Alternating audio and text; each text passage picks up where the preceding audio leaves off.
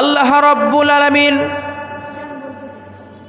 গোটা বিশ্বের মানুষদেরকে ডাক দিয়ে বলেন, আমি যেই কালামুল্লাহ শরীফ তোমাদের নিকটে দিলাম, এই কালামুল্লাহ শরীফ পৃথিবীর কোনো মানুষের, পৃথিবীর কোনো বান্দার বানানো কোনো গ্রন্থ নয়।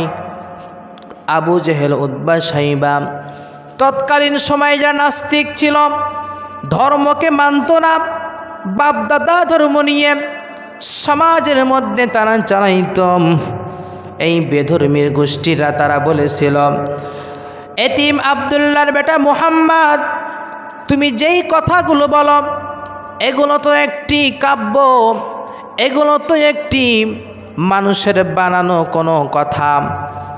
আমরা কনফার্ম তুমি মুহাম্মদ, তুমি গণক হয়ে গিয়েছ। আমরা কনফার্ম তুমি মুহাম্মদ জাদুকার হয়ে গিয়েছ।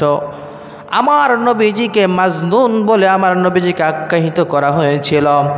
কিন্তু আমার মুসলমান ভাইয়েরা, মিটিয়া বুরুজের মুসলমান ভাইয়েরা, আল্লাহ রাব্বুল আলামিন জিবরিলের মাধ্যমে এই মেসেজটা দিয়ে দেয়, ও জিবরাইল, আমার হাবিবকে বলে দাও, যেই সমস্ত কাফেরা বেঈমানেরা পবিত্র কোরআন নিয়ে চ্যালেঞ্জ করে, তাদেরকে বলে দাও ছোট্ট একখানা সূরা তারা যেন লিখে দেয়, তারা যেন আবৃত করে দেয়।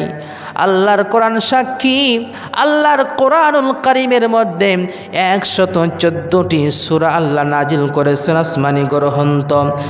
লৌহে মাহফুজ থেকে আল্লাহ রাব্বুল আলামিন এই কোরআন এই পৃথিবীর জমিনে আমার নবীর মাধ্যমে বার্তাবাহক হিসেবে পৃথিবীর মানুষের কাছে দিয়েছেন। আল্লাহ রাব্বুল আলামিন এই কোরআন নামক এই দৌলতটা দিয়া আমার আল্লাহ রাব্বুল আলামিন চ্যালেঞ্জ করে বলেন, ইন্না আ'তাইনাকাল কাউসার ফাসাল্লি লিরাব্বিকা ওয়ানহার ইন্না শানিআকা হুয়াল আবতার। তৎকালীন কাফের বেঈমানেরা পবিত্র আল্লাহর ঘর কাবা শরীফের গিলাফের কিনারায় তারা গিয়া আল্লাহর এই কোরআনের আয়াতটা লিখেছিল। তারা লিখে দিয়েছিল ইন্না আ'তাইনাকাল কাউসার, এই জায়গায় তারা লিখে দিয়েছিল লাইসা হাযা কালামুল বাশার, পৃথিবীর কোনো মানুষ, পৃথিবীর কোনো বিজ্ঞানী, কোনো বৈজ্ঞানিক, কোনো ডক্টর, কোনো ডাক্তার, পৃথিবীর কোনো শিক্ষিত, কোনো অশিক্ষিত মানুষের কোনো বানানো গ্রন্থ নয়, একমাত্র আসমানি গ্রন্থ আল কোরআন। আসমানের মালিক আল্লাহ তাআলা এই কোরআন নাজিল করে দিয়েছেন। তৎকালীন কাফের বেঈমানরা অস্বীকৃতি দিয়েছিল লাইসা হাযা কালামুল বাশার। এই সমাজের মধ্যে বর্তমান এই কোরআন নিয়ে সিনিমিনি খেলা শুরু হয়েছে। কোরআনকে নিয়ে যারা অপমাননা করে, এই কোরআন চ্যালেঞ্জ করে বলে দিয়েছে কিয়ামত পর্যন্ত যদি কোনো ব্যক্তি কোরআন নিয়ে ছিনিমিনি খেলা শুরু করে, সেই ধ্বংস হবে, কোরআন কিছু হবে না। জোরে বলুন সুবহানাল্লাহ।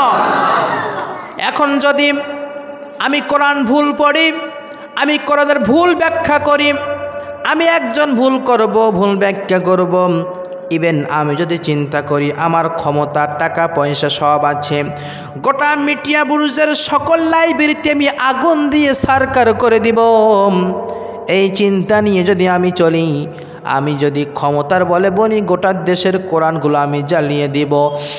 আল্লাহর কোরআন এমন মুআজিজাপূর্ণ কালামুল্লাহ শরীফ, এমন মুআজিজাপূর্ণ কিতাব, আমার আল্লাহ রাব্বুল আলামিন ডাক দিয়ে বলেন, ও হাবিব, কিয়ামত পর্যন্ত এই কোরআনুল কারীমের সংরক্ষণকারী আমি আসমানের রব দায়িত্ব নিয়ে নিলাম। আল্লাহ রাব্বুল আলামিন বলেন, যালিকাল কিতাবু লা রাইবা ফীহি হুদাল লিল মুত্তাকিন। আল্লাহ রাব্বুল আলামিন বলেন, এই কিতাবের মধ্যে কোনো সন্দেহ নাই, সন্দেহের কোনো অবকাশ নাই। শুধুমাত্র মুত্তাকিনদের জন্য পথ প্রদর্শক, যারা এই কোরআনের নিকটে আসবে, কোরআনের ছোঁয়া জীবনের মধ্যে নিবে, কোরআনের ছোঁয়াগুলো জিন্দিগির মধ্যে ধাপে ধাপে ধাপে ধাপে রাষ্ট্রীয় জীবনে, পারিবারিক জীবনে, সাংসারিক জীবনে, সব জীবনে যদি কোরআন তারা মেনে নেয়, হে রাসূল আপনি বলে দেন দুনিয়ায় তারা শান্তির মোহ পেয়ে যাবে, পরকালে নাজাত পেয়ে যাবে। আমার ভাইরা, আমার বন্ধুরা, আমার যুবক ভাইরা, আমার মুরব্বীরা, মাইকের আওয়াজ যারা শুনছেন, আমার কলেজার টুকরা মা বোনেরা, খান খাড়া করে কথাগুলো শুনতে হবে। আমার কথার টপিক ওইটা না, সর্বপ্রথম আপনাদের সামনে আমি কোরআনের একটু মুআজিজা তুলে ধরলাম। আল্লাহর কোরআন পৃথিবীর যদি সব লাইব্রেরিগুলো আগুন দিয়ে জ্বালানো হয়, আমার আল্লাহ বলতেছেন কিয়ামত পর্যন্ত এই কোরআনের একটা হরফ, একটা নোক্তা কেউ মুছতে পারবে না।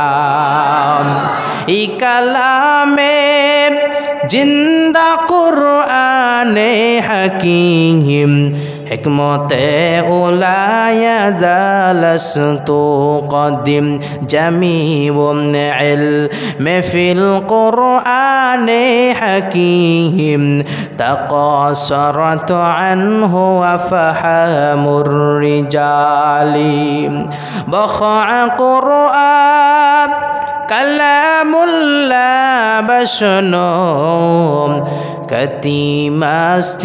কতিমাস্তি নুঈনুম। আমার আল্লাহ তাআলা এই কালামুল্লাহর দায়িত্ব নিয়েছেন। আজ যদি আমি ভুল বলি, আমি যদি কোরআনকে ভুল ব্যাখ্যা করি, অসংখ্য আলেম, অসংখ্য আল্লাহর কোরআনের হাফেজ দাঁড়িয়ে যাবে আর বলবেন না না, কোশ্চিন কালেও সম্ভব নয়, সম্ভব নয়। আল্লাহর কোরআন, আমার আল্লাহ এই মুআজিজা দিয়েছেন গোটা দেশের জন্য, গোটা জাতির জন্য।